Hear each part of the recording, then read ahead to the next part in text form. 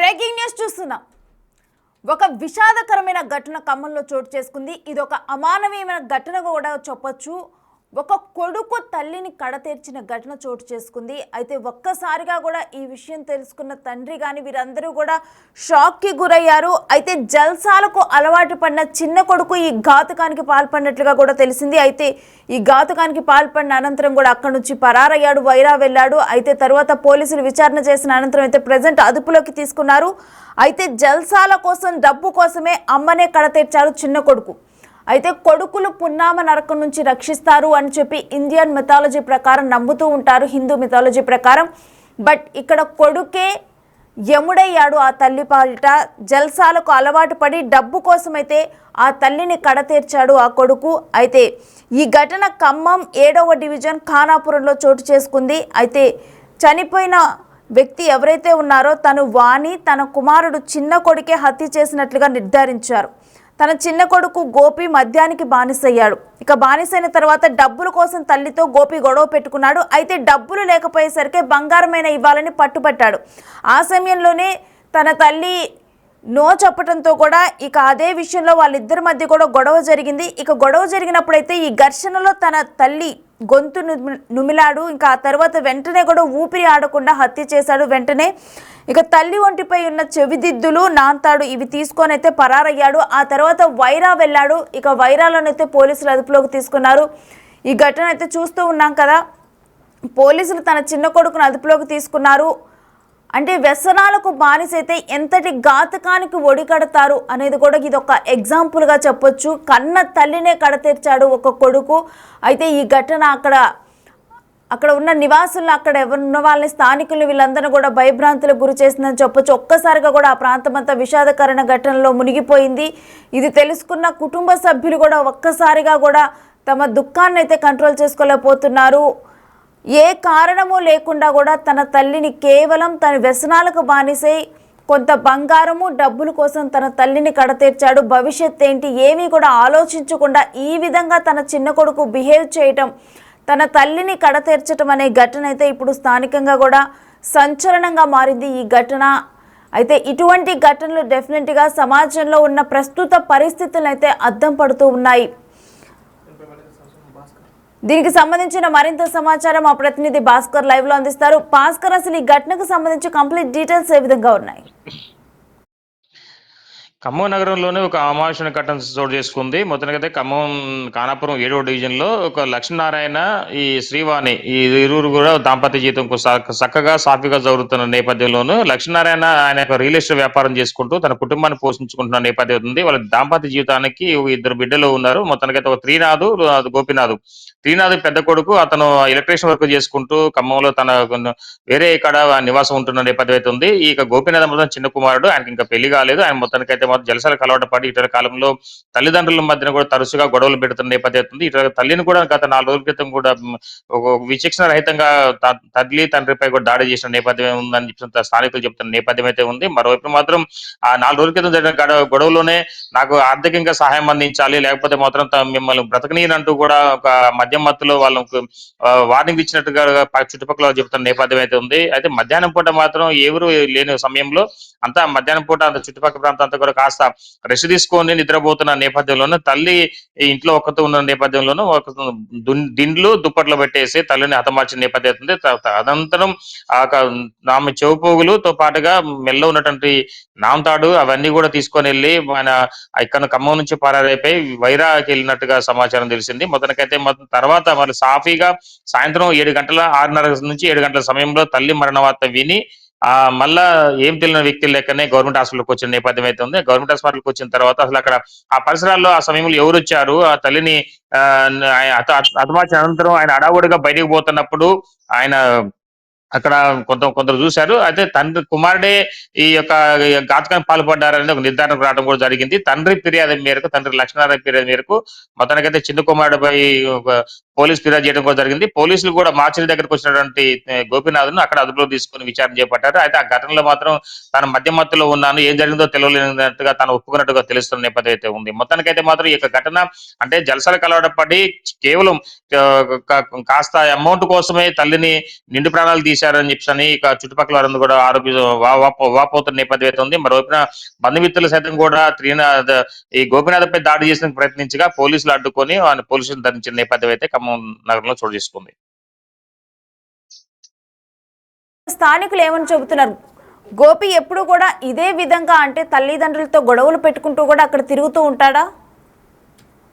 గోపి కూడా గతంలో అనేక మార్లు కూడా ఇటీవల కాలంలో ఆయన ఎలాంటి ఉద్యోగం చేయకుండా జలసాలకు అలవాటు పడుతున్నారని తల్లిదండ్రులు చెప్పారు. గతంలో అయితే అంటే వాళ్ళ పక్కన వాళ్ళు చెప్తున్న నేపథ్యం అయితే ఉంది. తల్లిదండ్రులతో తరచుగా గొడవ పడుతూ ఆర్థికంగా సహాయం అందించాలంటూ లేదంటే తనకు ఆస్తిలో వాటా ఇవ్వాలంటూ కూడా పలుమార్లు కూడా కుటుంబీకుల మధ్యన వాదోపవాదాలు జరిగిన నేపథ్యం అయితే ఉంది. అయితే ఈ యొక్క ఘటనకు సంబంధించి పెద్ద కుమారుడు త్రినాథ్ మాత్రం తండ్రికి దూరంగా ఉంటూ తన కుటుంబాన్ని పోషించుకుంటూ తన ఇష్టం వచ్చింది చేసుకోండి, నాకైతే ఇప్పుడు ప్రజెంట్ అయితే ఏం అవసరం లేదంటూ ఆయన బయటకు వెళ్ళిపోయిన నేపథ్యం. అయితే ఒక 10 రోజుల క్రితం కూడా అన్నదమ్ముల మధ్యన కూడా గట్టిగా వాగ్వాదం జరిగింది. ఆ సమయంలో లక్ష్మీనారాయణ తండ్రి కూడా కొద్దిగా కొడుకులు ఇరువురు వారింపు చేసిన నేపథ్యం అయితే ఉంది. అయితే మొత్తానికైతే మాత్రం ఈ గోపీనాథ్ మాత్రం జలసలకు అలవాటు పడటం, ఎలాంటి పని చేయకుండానే ఈజీగా అంటే తన ఇంట్లో ఉన్నటువంటి నగదు కావచ్చు, అదే విధంగా డబ్బులపై కూడా ఫోకస్ చేసిన నేపథ్యం ఉంది. ఫలితంగానే 4 రోజుల క్రితం తల్లిదండ్రుల మీద దాడి చేయటం, తర్వాత మరలా నిన్న ఇలాంటి కన్న తల్లినే కడతరిచిన ఘాతకానికి పాల్పడటంతో కూడా చుట్టుపక్కల వాళ్ళు బంధుమిత్రులు కూడా ఆవేదన వ్యక్తం చేసిన నేపథ్యం ఉంది. ఇలాంటి కొడుకుని కన్నది అనేది కూడా అంతా కూడా తన గోపీనాథ్ పై కూడా ఆక్రోశం వెళ్ళగక్కుతూ మీదకెళ్ళిపోయిన నేపథ్యం అయితే ఉంది. మొత్తానికైతే మాత్రం ఇలాంటి ఘటనను ఎక్కడ పునరుత్థానం కాకుండా ఉండాలి, మరో ఇలాంటి ఘటనల వల్ల సమాజానికి ఎలాంటి సాంకేతికలు ఇస్తున్నారనేది కూడా తెలియని పరిస్థితి నెలకొని ఉంది. అయితే విజువల్స్లో చూసినప్పుడు అదుపులో తీసుకున్నప్పుడు కనీసం గోపిలో పశ్చాత్తాపం కూడా కనిపించడం లేదు. కేవలం తను మద్యానికే బానిస అయ్యాడా, లేకపోతే ఇతర అలవాట్లు మత్తు పదార్థాలకు కూడా తను బానిస అవటం జరిగిందా? ఖానాపురం పరిసర ప్రాంతాల్లో కూడా ఎక్కువ గంజాయి స్మగ్లింగ్ అనేది కూడా తరచుగా వస్తున్న నేపథ్యంలో పక్కన సాగర్ కెనాల్ ఉంది. సాగర్ కెనాల్ తర్వాత నుంచి చూసుకుంటే మొత్తం చాలా వరకు కూడా అడవి ప్రాంతం ఉంటది. దాని వెనుక భాగం మొత్తం రైల్వే ట్రాక్ అంత వరకు కూడా రామన్నపేట వరకు. అయితే ఆ జంగిల్ ఉన్న ప్రాంతంలో ఎక్కువ గంజాయి కార్యకలాపాలు ఎక్కువ జరుగుతున్నాయని పోలీసుల దృష్టికి కూడా సమాచారం వెళ్ళినా కానీ కనీసం పోలీసులు కూడా ఎక్కడ కూడా కనీసం వాటిపై దృష్టి కేంద్రీకరించారు. అంటే సింగిల్ గా వెళ్ళి ఇద్దరు కానీ ముగ్గురు పోలీసులు వెళ్ళినా కూడా వాళ్ళపై దాడి చేస్తారనే ఒక భయంతో పోలీసులు కూడా ఆ వైపు వెళ్ళడం కూడా జంకుతున్న నేపథ్యం. అయితే ఇటీవల గంజాయి రవాణా ఎక్కువ జరుగుతున్న నేపథ్యం ఉంది. గంజాయి కూడా విక్రయాలు జోరుగా జరుగుతున్నా కానీ పోలీసులకు ఎక్కడికక్కడ అడ్డుకట్ట వేస్తున్నా కానీ కొత్త రూపాంతరం చెందుకుంటూ గంజాయి వ్యాపారం కొనసాగుతుంది. అయితే మద్యం మత్తేదే కాకుండా గంజాయి సేవించి ఆ మత్తులోనే ఇలాంటి సేవించారు అనేది కూడా అంటే వేరే ఆయనతో పాటు ఉన్న స్నేహితులు కూడా అక్కడ సందర్భంలో ఒకరిద్దరు గుసగుసలాడుతున్న నేపథ్యం అయితే ఉంది. మొత్తానికైతే మాత్రం ఈ యొక్క ఘటన అంటే మద్యం మత్త లేదా గంజాయి మత్త అనేది తెలియని పరిస్థితి అయితే ఉంది. అయితే ఏదేమైనా సరే మాత్రం కొడుకులు పశ్చాత్తాపం లేదు. కనీసం ఏదో తల్లిని ఎలా జరిగింది ఏం తెలియదు అంటే జరిగిన ఘటనను తను కప్పుపుచ్చుకునేందుకు తనకేం తెలియదు అన్నట్టు రీతిగానే ఏదో నిదానంగా ప్రత్యేకం వేరే ఆటో దిగి మార్చురి దగ్గరకు వస్తున్న నేపథ్యంలోనూ అక్కడే స్థానికులు గుర్తించి ఆయన వచ్చిపోయిన సమయాన్ని, అదేవిధంగా ఈ ఘటన జరిగిన సమయాన్ని కూడా కొంతమంది అంచనా వేశారు. ఆ అంచనా ప్రకారమే తండ్రికి లక్ష్మీనారాయణ చెప్పడంతో ఆయన పోలీసుల ఫిర్యాదు మేరకు ఆ డాగ్ స్క్వాడ్ కూడా రావడం కూడా జరిగింది. ఆ డాగ్ స్క్వాడ్ వచ్చిన తర్వాత కూడా కొడుకు మీద అనుమాన పడటంతో నేరం మొత్తానికి రుజువు అయిపోయింది. అలా దాంతో పాటు ఆ పోలీసులు తమదైన శైలిలో విచారణ చేపట్టగా తానే ఈ యొక్క ఘాతకానికి పాల్పడ్డాడు అనేది ఒప్పుకోవడం కూడా జరిగింది. భాస్కర్, ఈ ఘటన జరిగినప్పుడు ఇంట్లో కూడా ఎవరూ లేరు. అయితే వీరి కుటుంబ నేపథ్య వివరాలు ఏమైనా తెలిసాయా బయటికి?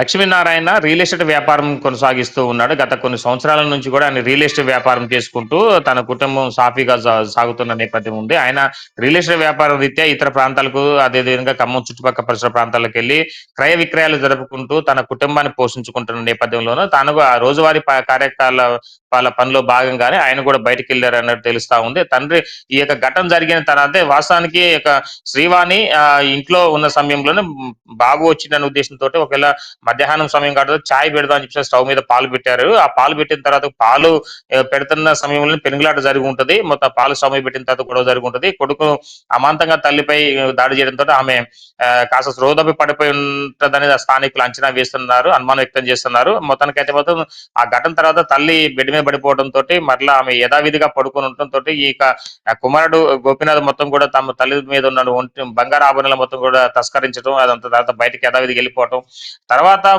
స్టవ్ మీద పెట్టిన పాలన విషయాన్ని కూడా తను కూడా గుర్తించకపోవడంతో పాలు మాడిపోతున్న వాసన రావడంతో పక్కనే ఉన్నటువంటి ఇంటి పక్కన ఉన్నటువంటి స్థానికులు ఇంట్లో ఇంత స్మెల్ వస్తున్నా కూడా ఎక్కడ పోయింది శ్రీవాణి అని చెప్పి ఇంట్లోకి రావడం కూడా జరిగింది. ఆమెను ఎంతసేపు పలకరించి కదుపుతున్నా కూడా కదలకపోవడంతో మరలా ఆమె మరి కొంతమంది సహాయం తీసుకొని ఏం జరిగిందో చూద్దాం అని చెప్పి లోపల రావడంతో చనిపోయిందని నిర్ధారణకు వచ్చిన నేపథ్యం అయితే ఉంది. మొత్తానికైతే ఆ పాలు స్మెల్లే ఈ యొక్క హత్యను అంటే ఈ యొక్క ఘటనకు క్లూ అందించిందని కూడా చెప్పుకోవచ్చు. స్టవ్ మీద పాలు పెట్టిన నేపథ్యంలోనూ ఆ స్టవ్ మీద ఉన్న పాలు బంద్ చేయకపోవడం, అదంతా మాడిపోయి స్మెల్ అంతా చుట్టుపక్కల వ్యాపించడంతో పాటు అదే సమయంలో కొడుకు కూడా ఇంట్లోంచి బయటకు వెళ్ళిపోయినట్టుగా సంబంధితులు అంటే స్థానికులు పక్కన వాళ్ళు చెప్పడం తోటి ఈ యొక్క ఒక ఆధారం దొరకడం తోటి ఆధారంగానే కేసులు పోలీసులు తమదైన స్టైల్లో విచారణ చేపట్టగా ఈ యొక్క ఘటనకు ఛేదించేందుకు కూడా క్లియర్ గా తెలుస్తున్న నేపథ్యం అయితే ఉంది. మొత్తానికైతే మాత్రం ఇలాంటి ఘటనలు ఖమ్మంలో మొదటగా జరిగింది అనేది కూడా పోలీసులు చెప్తున్న నేపథ్యం అయితే ఉంది.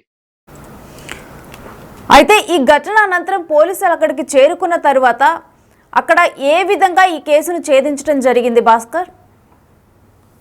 మొత్తానికైతే పోలీసులు వచ్చే సమయంలోనే కుమారుడు యొక్క ఘటనకు సంబంధించి పోలీసులు ఆరా తీయడం కూడా జరిగింది. స్థానికులు పోలీసులు మామూలుగా దర్యాప్తు చేస్తున్న నేపథ్యంలోనే గత 4 రోజుల క్రితం జరిగిన దాడికి సంబంధించి గొడవలకు సంబంధించి పోలీసులు స్థానిక చేరవేశారు. దాంతో పాటు తండ్రి కూడా జరిగిన ఘటనకు సంబంధించి ఇట్లా 4 రోజుల క్రితం కుమారుడే తమపై దాడి చేశారు, తల్లిని కూడా విపరీతంగా కొట్టారు, డబ్బులు ఇవ్వకపోతే చంపేస్తానంటూ కూడా మమ్మల్ని భయభ్రాంతకు గురి చేశారు, బంగారు ఆభరణాలు సైతం లేదా ఆస్తిలో వాటా కావాలంటూ కూడా అంటే ఒత్తిడి తీసుకురావడం కూడా జరిగిందంటూ చెప్తున్న నేపథ్యం అయితే ఉన్నది. అయితే పోలీసులు అక్కడికి చేరుకున్న తర్వాత ఈ అన్ని వివరాలు స్వీకరిస్తున్న తరుణంలో క్లూస్ టీమ్ తో పాటుగా డాగ్ స్క్వాడ్ కూడా సంప్రదించి వాళ్ళని రప్పించడం కూడా జరిగింది. డాగ్ స్క్వాడ్ వచ్చిన తర్వాత అతను వెళ్ళిపోయిన దారి అంటే పక్కన స్థానికులు చూశారు కనుక ఆయన ఎక్కడ వెళ్ళింది, ఏ వైపు నుంచి వెళ్ళిపోయిందని చూశారు కనుక ఆ సమయంలో దాని ప్రకారంగా వాళ్ళు అంచనా వేయడం కూడా జరిగింది. అంచనా వేసిన తర్వాతనే నింపాదిగా వెళ్ళిపోతూ కొంచెం దూరం వెళ్ళిపోయిన తర్వాత కొద్ది ఆడావాడికి వెళ్ళిపోవటం, ఆయన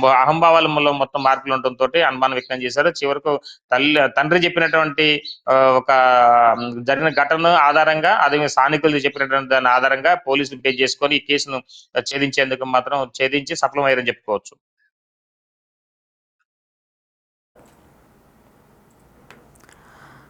సో ఖమ్మం 7వ డివిజన్ ఖానాపురంలో జరిగిన ఈ ఘటన అయితే ప్రజెంట్ సంచలనంగా మారింది. ఇది ఒక అమానుష ఘటనగా కూడా పేర్కొనవచ్చు. కన్న కొడుకే తల్లిని హతమార్చాడు. ఈ ఘటన అయితే అక్కడ స్థానికులను కూడా భయభ్రాంతులకు గురి చేసింది. మరోవైపు సమాజంలో కూడా ఆలోచింపచేస్తుంది. ఎందుకంటే వ్యసనాలకు బానిసైన వ్యక్తి ఆ వ్యసనాల కోసం, డబ్బు కోసం తన తల్లినే కడతీర్చాడు.